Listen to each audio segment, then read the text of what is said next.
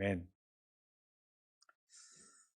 우리 여러 번 들었던 말씀인데 참 정말 기가 막힌 말씀이고 정말 이 산더러 들리어 바다에 던져져라 하고 마음에 의심하지 않으면 그대로 된다는 말씀입니다. 참 믿음의 극대치를 말씀하는 그러한 것 같아서 믿음을 말씀하는 건 아니고 과연 이것이 어떤 것인가 하는 것은 그 몇 가지 앞뒤를 연결시켜서 우리가 생각해 보면 알 수 있는 말씀입니다. 먼저 이 말씀 하기 전에 우리가 여러분들 어렸을 때 만화 좋아하셨어요? 만화 보는 거 좋아하셨던 분 계세요? 별로 만화 즐기지 않으셨어요?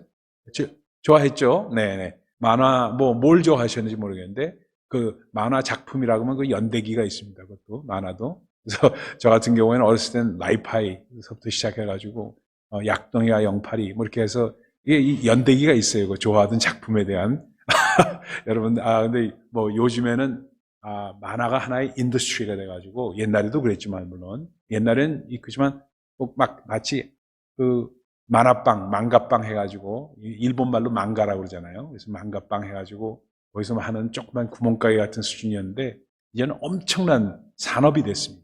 산업이 돼서 어른이나 애들이나 할 것 없이 만화는 즐기게 되는 그러한 인더스트리가 됐어요. 근데 거기에 아주 유명한 작품이라고 얘기를 해야죠. 만화도 작품이니까.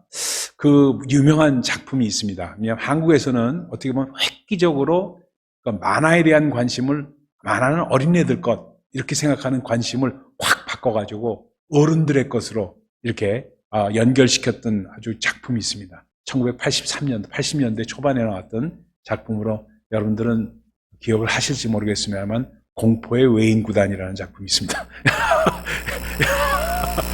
공포의 외인구단 보셨어요? 네. 공포의 외인구단 해가지고 이게 야구를 이제 플라트를 해가지고 이렇게 만든 이현세 씨의 작품입니다. 이현세 씨. 그러니까 그거를 평가할 때 역사가들은 역사가라고 표현하기가 조금 뭐하지만 그러나 비평가들은 뭐라고 표현하냐면은 그 작품이야말로 한국에서 만화를 그 애들의 것 전유물 내서 어른 것으로 옮겨간 작품이라고 그렇게 평합니다. 그러니까 대단한 작품이죠. 그래서 공포의 외인구단 거기서 엄지와 검지 얘기가 나오고 그렇죠? 엄지와 검지가 얘기가 나와서 그 오혜성이라는 피처가 나오고 오혜성이가 잘 던지다가 공포의 마구를 던지다가 그 상대 라이벌인 마동탁과 이렇게 만화 잘 옛날에 봤던 거지만 제가 다 기억이 납니다. 그래서 마동탁과 이렇게 겨루다가 그러다가 부상을 입습니다. 오혜성이가 부상을 입어서 어떻게 되냐면 그가 공포의 외인구단에 입단을 해가지고 그 아주 엄청나고 혹독한 훈련을 거쳐서 뭐로 부활하냐면 공포의 타자로 부활하는 영화입니다. 만화죠. 영화가 아니라 만화입니다. 그래서 공포의 그 타자로 바뀌는. 그러니까 어떤 베이비 루스 같은 미국의 그 야구 선수 그런 것도 있고 여러 가지를 모티브로 해가지고 만든 작품인데 여러분 창작물은 말입니다. 여러 가지 모티브가 있어가지고 그것을 얼버무려서 새롭게 새로운 플러스로 내놓을 때 그것이 히트치지 전혀 별거의 것이 나오는 게 아닙니다. 전혀 별것이 나오면 우리에게 너무나도 포레인하기 때문에 그게 히트를 칠 수가 없게 돼 있어요. 이것저것 우리가 익숙한 주제들이 새로운 플러스로 나올 때 그것이 히트치는 것을 우리가 알 수가 있습니다.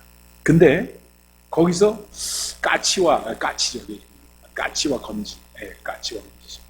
근데 이 까치가 오혜성이 까치입니다. 근데 얘가 부활하는 이걸 보면서 공포의 외인구단이라는 그 이현세 씨의 제목 거기서부터 이렇게 출발하는 것이 이게 굉장히 성경적이에요.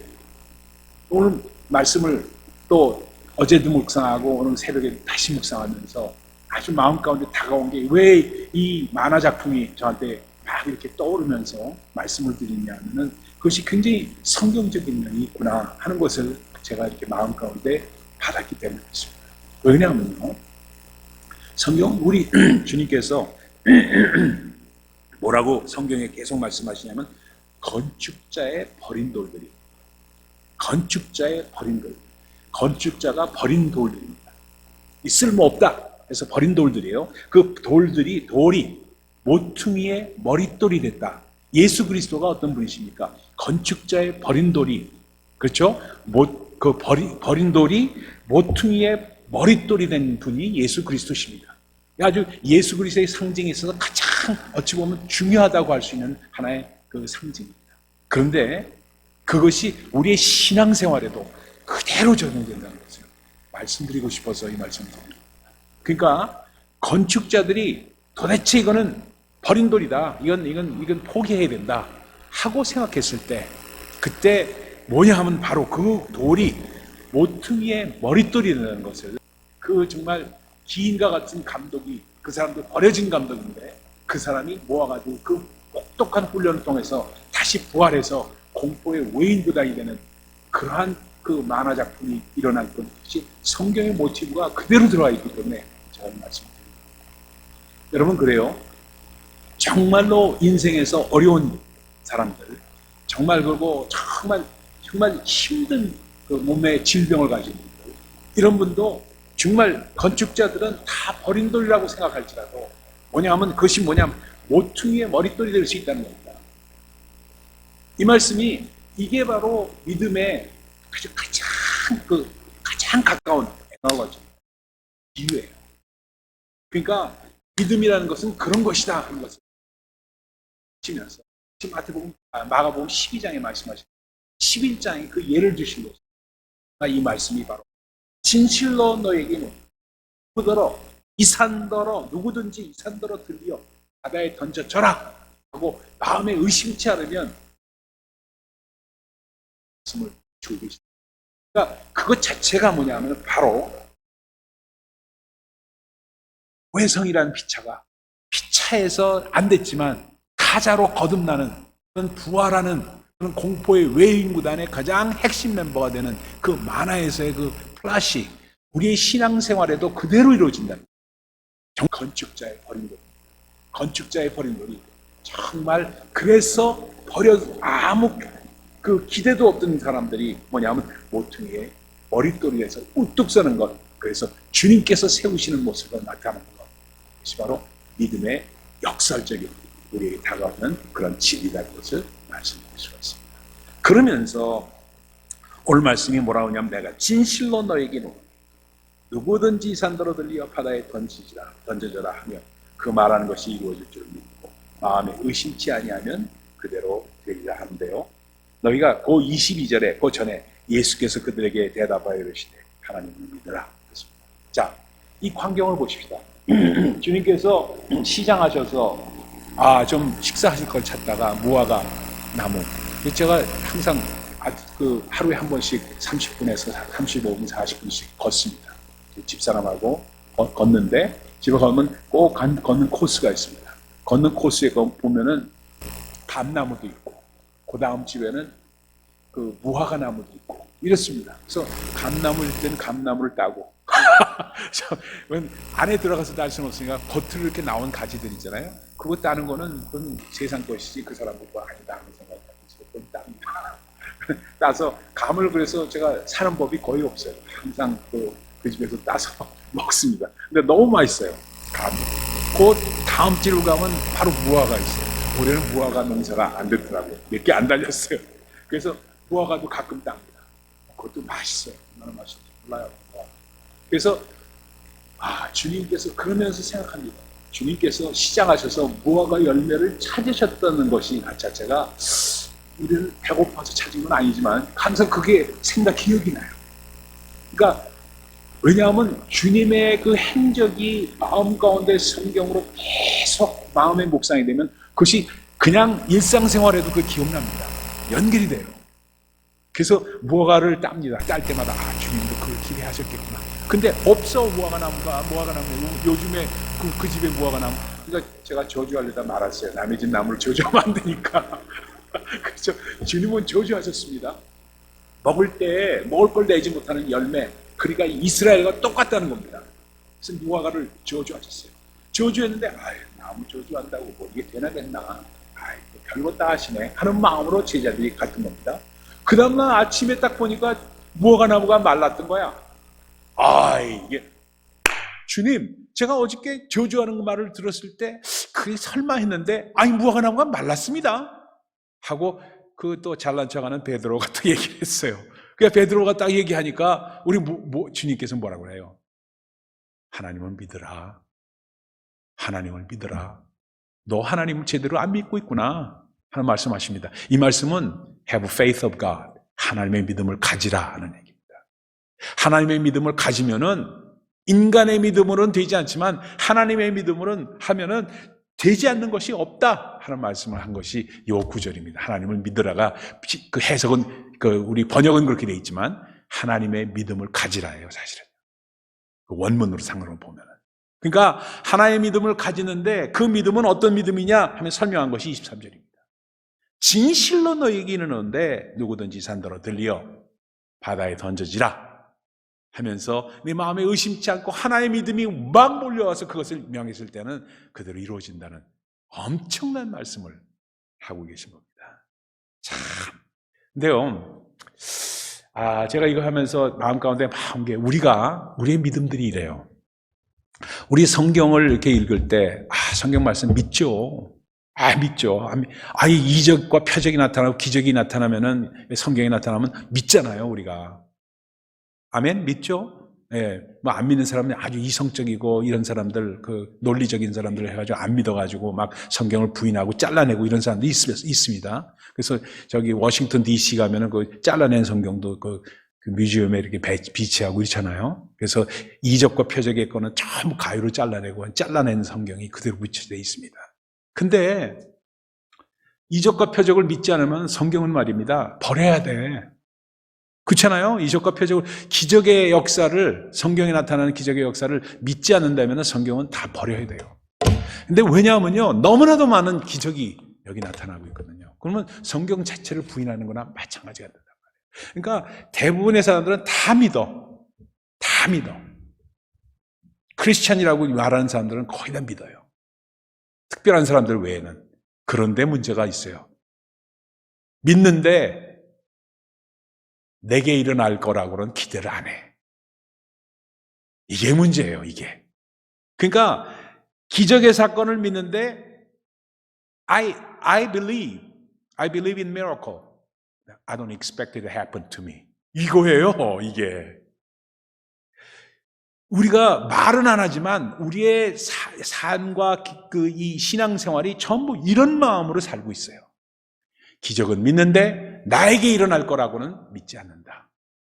이게 말은 안 하지만 은연중에 우리 삶 가운데 나타나고 있는 현실입니다. 그러다 보니까 믿는데 안 믿는다는 겁니다. 믿는데 안 믿는다는 거예요. 그러니까 그것이 마가복음 9장으로 가면은 그 귀신 들린 아들 갖고 있는 그 아버지가 와가지고 산에서 내려오신 그 주님 앞에 나와서 무슨 할 수 있거든 좀 도와달라고 하니까 뭐야, 할 수 있거든 무슨 말이냐, 믿는 자에게는 이런 능치 못할 일이 없느니라 하신 말씀하시잖아요. 그런 말씀하시니까 뭐라고 그 아버지가 얘기해요? I believe but help my unbelief 라고 그러잖아요. 내가 믿나이다, 나의 믿음 없는 것을 도와주소서. 이게 우리 모두의 현실이에요. 현실. 우리 모두의 현실. 우리 모두의 현실이 된 이유가 뭘까 하고 묵상하다가 제 마음 가운데 다가온 것이 의심이에요. 의심. 우리에게는 뭐드나 의심이 있어요. 이게 될까? 이게 어떻게 될까? 나에게 이게 이루어질까? 나에게는 안 돼. 하는 의심이 있게 돼요. 그 의심이 말입니다, 어디서 왔느냐? 그래서 내 마음에 의심치 아니하면 그 말하는 것이 이루어질 것을 믿고 마음에 의심하지 아니하면 그대로 되리라고 했는데 의심이 다 있기 때문에 이루어지지 않는데, 그 의심이 어디서 왔냐? 하와를 꼬셨던 뱀의 전략이 바로 의심이에요. 의심을 인간의 마음에 불어넣어줬습니다. 근데 의심이요, 참 귀한 겁니다. 의심이 아주 과학적인 사람들이 의심을 많이 합니다. 의심으로부터 시작해야지 과학을 증명할 수가 있어요. 우리 학문은 의심으로서 시작해야지만 일단 과학하는 사람들은 의심하고 보는 거예요. 의심하지 않고는, 그리고 뭐 이렇게 진단하는데 의심하지 않고 의사가 어떻게 진단할 수가 있습니까? 다 의심하지 않고는 할 수가 없어요. 내가 다 괜찮다 그러는데 당신 어디 아픈 데 있어요? 요즘 괜찮아요? 얼굴이 좀 혈색이 그런데 좀 괜찮은 거예요? 요즘 식사는 어떻습니까? 대변은 잘 보십니까? 소변은 어떠세요? 이거 묻는 게 뭐예요? 의심하기 때문이에요. 의심하기. 그 의심이라는 것 자체가 우리에게 있어서 우리 자체를 괜찮은 거를 확실히 체크리스트에서 가장 중요하게 나타나고 있는 것이 의심이기 때문에. 그러니까 생각에 의심이 들어가는 것이 그러니까 이 마귀가 의심을 주면서 뭐냐 하면 바로 너는 눈이 밝아져서 하나님처럼 된다 하는 말씀을, 말이지 그놈 새끼가 한 거니까 그 말씀이 아니야. 그렇죠? 그 녀석이 하면서 그걸 심어주니까 의심이 들어오면서 하나님의 말씀을 정령 죽으리라는 말씀을 의심하게 되고, 그 다음부터 하와리요 선악과를 먹지 말라 하더냐. 그러니까 그 저희가 있지 않냐, 하나님께서 하신 말씀에 저희가 있지 않냐, conspiracy theory를 많이 갖고 있는, 그러니까 음모이론이 거기서 나온 거예요. 의심하는 데서. 그렇죠? 그래서 우리는 의심하는 사람. 그래서 믿음으로 살라고 제가 작정하니까 저도 의심이 얼마나. 그래서 저를 어렸을 때 우리 어머니하고 우리 형님들이 뭐라 그러냐, 떼놈 같다 그랬어요. 떼놈. 등치도 크고 이게 뚱뚱한 것들이 떼놈 같다고. 의심이 죽을 듯 한다고 그러잖아요. 우리 그 옛날 분들이 그랬어요. 저놈 새끼는 저 의심이 죽을 듯 해서 떼놈 같다고. 제가 그런 말을 듣고 자란 사람이에요. 의심이 많았던 사람입니다. 남을 금방 신뢰했던 사람이 아니었어요. 근데 그것 자체를 부인하기 시작했어요. 내가 의심을 버려야 되겠구나. 의심을 버려야 되겠구나. 그 남이 뭘 말하면은, 어떤 얘기를 하면은 그거를 의심부터 하는 것을, 이게 진짜 맞는 말이야? 아니야? 이걸 체크하는 것을 버리기 시작했어요. 남의 말을 하게 되면은 이게 훈련이에요. 남의 말을 하게 되면, 어떤 말을 하면은 그거를 액면 그대로 받아들이는 거를 제 자신 자꾸 내 마음 가운데 들어오는 의심을 차단하기 시작했어요. 차단. 내가 속는 것이 낫다, 오히려. 이 마음이 들었기 때문에. 왜냐하면 믿음으로 살라고 하면 어떻게 해야 될까를 참 저는 많이 연구하고, 마음 가운데 어떻게 하면 그렇게 될까, 의심을 없앨 수 있을까 하는 것을 오히려 역으로 생각하는 사람입니다. 그러다 보니까 그렇게 된 겁니다. 왜냐하면 우리에는 말씀을 받을 때 액면 그대로 받지를 못하는 수가 너무 많다는 것을 제 자신 마음 가운데 느끼기 때문에, 이게 과연 될까? 이게 참 내 삶 가운데 이루어지지 않은데 하면서, 그래서 제가 무디 목사님이 하셨던 것을 제가 이해가 돼요. 성경에 무디 목사님의 유물이 성경책에 있다고 그러잖아요. 거기에 뭐라고 해요? FTF 써 있다고 그러잖아요. 그래서 테스트했다고. 이 말씀은 자기 삶 가운데 테스트했다고. 그러면서 프루브 됐다고 해서 P 아니에요. T만 써 있고 P가 없는 것도 있다는 거예요. 테스트가 되고 프루브 됐다. 그러니까 삶 가운데 이 말씀을 테스트하고 프루브하고 테스트하고 프루브하다 보니까 그 말씀이 자기에게는 내 삶이 되는 그 과정을 무디 목사님이 치르셨다는 겁니다.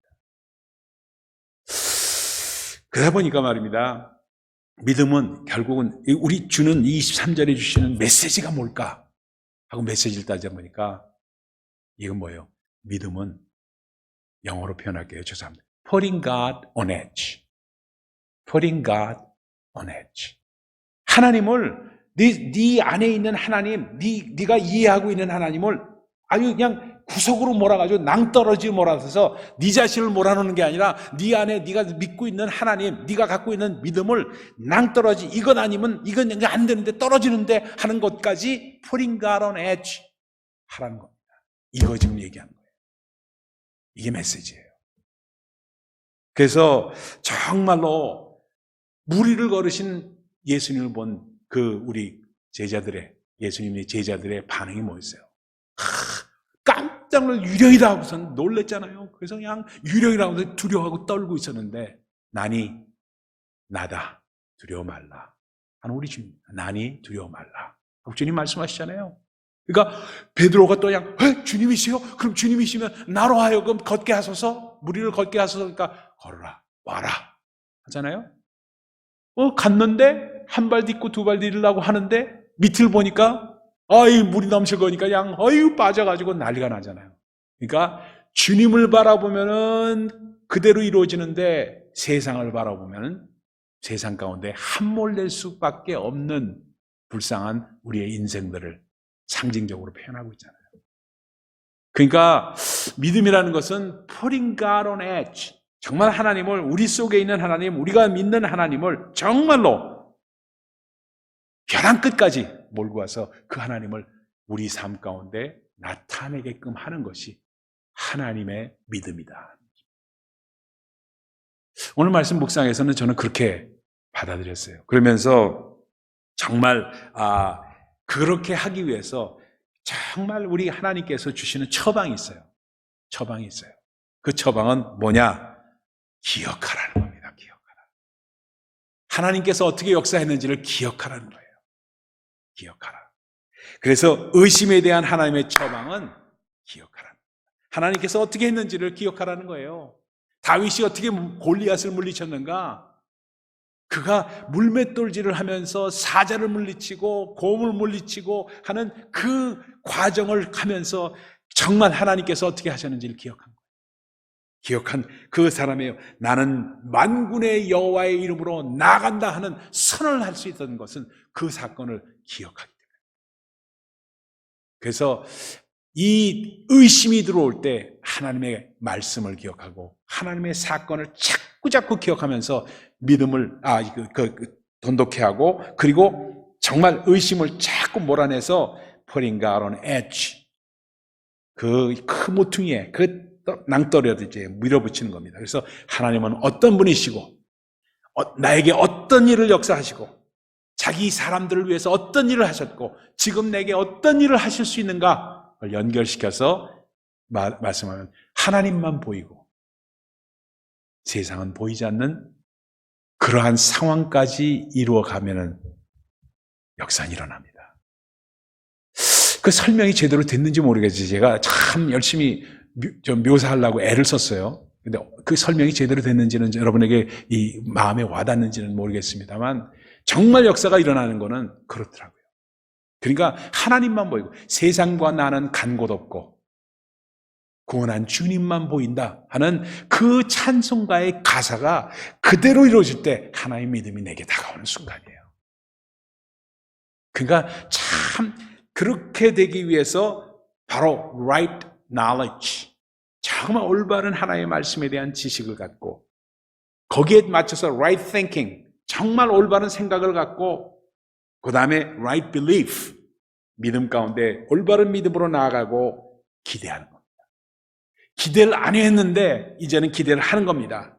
기대를 해서 정말 받은 줄, 그래서 24절에 이렇게 말씀하잖아요. 그러므로 내가 너에게 말하노니 무엇이든지 기도하고 구하는 것은 받은 줄로 믿으라. 그리하면 너희 그대로 되리라. 이 말씀은 뭘 말씀하는 거예요? 기대하라는 겁니다. 너희들은 믿는다고 하면서 기대를 안 해왔는데, 오늘 새벽에 이렇게 소리 질러서 미안합니다. 그럴 마음 없는데 제가 흥분이 돼요. 흥분이 돼요. 이 말씀 묵상하면서 저에게 주시는 깊은 뜻이 있었기 때문에 흥분이 막 돼요. 너희들이 믿는다고 하면서도 기대 안 해왔던 너 아냐, 베드로 너 이거 무화과 나무 시든 거 보면서 너 믿는다고 생각을 했지만 네가 기대했냐? 기대 안 했잖아. 근데 정말 네 안에 있는 의심을 버려버리면 그대로 되는데 정말 올바른 네가 지식을 갖고 올바른 믿음을 갖게 되면은 그 다음에 나타나는 것이 바로 기대다. 이제는 기대해라. 내가 구하는 것은 정말 이루어진다는 것을 받은 줄로 믿게 되는 기대가 있어야 되지 않느냐 하는 말씀을 하고 계십니다. 그대로 되리라 하는 것은 뭐예요? 과거형 엘레베테, 헬라 말까지 써가지고 여러분에게 과거형으로 말씀하고 계세요. 주님께서. 그러면서 이 말씀은 결국 뭐냐? 우리의 영혼을 자꾸 먹이는, 살찌게 하는 양식입니다. 양식이죠. 근데 기도는 뭐예요? 이 영혼을 움직이는 운동입니다. 운동이에요. 훈련이고 운동입니다. 그러다 보니까 양식과 운동이 자꾸 교차되면서 계속 나아갈 때 어떻게 되는 거예요? 우리가 흔히 쓰는 메타볼리즘, 영어로 표현하죠. 메타볼리즘, 소화기능장애. 올 때, 그 소화 기능이 올 때 메타볼리즘이라고 하잖아요. 메타볼리즘, 그 사람은 우리 이동승 권사님 같은 분은 메타볼리즘이 잘 되시는 분이에요. 메타볼리즘이 잘 돼가지고 소화불량이라고 하시는데 내가 보기에는 그래요. 왜냐면 살이 안 찌시는, 우리 메타볼리즘이 워낙 잘 돼서 많이 먹어도 살 안 찌는 사람들, 부러운 사람들이에요, 정말. 물만 마셔도 살로 가는 사람들이 있는가 하면은 아무리 먹어도 살이 안 찌는 사람이 있단 말이에요. 그럼 메타볼리즘이 잘 돼서 그래요. 메타볼리즘이. 근데 아예 적게 먹고 아예 먹는 것조차 관심이 없이 서서 마르신 분들은 그건 뭐 메타볼리즘이 뭐고 뭐 이게 없지만 잘 잡수시면서도 살 안 찌시는 분들, 그러니까 참 부러운 사람들인데, 왜냐하면 메타볼리즘이 잘 돼서. 그건 뭐냐? 말씀과 기도가, 영혼의 양식과, 영적으로 볼 때는 영혼의 양식과 기도, 영혼의 운동이 교차되면서 열심히 하게 되면은 말씀만 많이 먹으면 비만해지는 겁니다. 기도만 많이 한 사람들은 뭐가 와요? 빈혈이 와요. 빈혈이 어지러운 거예요. 그래서 빈혈이 오고 어지러우니까 어떻게 돼요? 빈혈이 오고 어지러우니까 이상한 거 보고 자꾸 뭐 이렇게 되는 거예요. 그렇죠. 재밌게 표현해서 그렇지만 사실 그래요. 그러니까 이게 골고루 섭취가 돼야 되는 게, 메타볼리즘이 영적으로도, 영적인 메타볼리즘, spiritual metabolism은 바로 그런 겁니다. 그래서 우리가 마음의 문을 열고, 기도는 우리의 삶이 되고 호흡이 되고, 그래서 기도는 우리의 상황과 형편을 정말 보게 하면서 기도의 제목들이 전부 바뀌는 거예요. 야, 옛날에는 이렇게 기도했는데 주시옵소서, 주소서. 네, 받은 줄로 믿으라고 하는데 그 맨날 그냥 주소서, 주소서로 기도한다는 받은 줄로 믿지 않는 거 아니에요. 지금. 그렇잖아요? 그러니까 나타나소서 이렇게 말로 바뀌든가 이렇게 자꾸 말을 바꿔야 돼요. 주소서, 주소서로 하지 마시고. 내 삶 가운데는 아직은 나타나지 않았지 않습니까? 하면서 하나님을 프링가로네치 밀어붙이는 거예요. 밀어붙이는 거예요. 그런 마음이 될 때 정말 할 수 있다는 것이 될 것이다로 바뀌는 거예요. 할 수 있다가 아니라 할 수 있다 하시니는이 아니라 될 것이다 바꾸는 겁니다. 그러면서 정말 감사하고 남을 칭찬하고 격려하고, 그리고 내 삶 가운데 나 자신을 인커리지 하면서, 그래, 주님이 나에게 말씀하신 거야 하는 마음으로 나아갈 때 반드시 우리에게 넘지 못할 산이 없고, 이 산더러 들리어 바다에 던져져라 하고 말하고 의심하지 않으면 그대로 된다고 했으니까, 내 마음에 있는 산, 내 심령에 있는 산, 그리고 내 육신에 있는 산, 내 가정에 있는 산, 이 산들아 물러가라 하면서 정말 내가 I stand against you, 내가 네 산, 이 against you, 너를 대적해서 선다, 물러가라. 한국에서 나오는 유튜브 가운데 젊은 아이가 하나 있어요. 젊은 청년이 하나 있어요. 시골에 가서 할머니들에게 전도하는 청년의 유튜브를 봤어요. 근데 얘가 좀 이적도 일으키고 뭐 그러더라고요. 나타나고 기도하면서. 그런, 제가 이거 기억을 못해 집사람이 보는 걸 이렇게 훔쳐봤는데, 이거 보니까 뭐예요? 기도하는데 이 친구가 한국말로 하다 영어도 막 하더라고. 이게 교포인가 하는 생각을 했는데 모르겠어요. 누군지는 뭐 제가 아직 모르겠는데, 그러면서 In the name of Jesus 하면서 막 얘기하더라고요. 그래서 여러분 가끔 영어도 섞어서 해보세요. 하나님께서 잘 안 드신다 싶을 때는 영어로 해보세요. 그리고 막 그렇게 하시면서 좀 하나님도 그래, 저놈 참 재밌다 하면서 하는 흥미를 끌어야지. 하나님, 제 기도에 관심 가지셔야 되지 않습니까? 하는 마음이 있어야 되잖아요. 그렇잖아요. 너무 진부하지 않게 자꾸 바뀌면서 매일매일의 삶 가운데 정말 그렇잖아요. 그렇게 하면서 주님께 나아가는 우리 모두 되시기를 예수 그리스도의 이름으로 축원을 드립니다. 기도하십니다.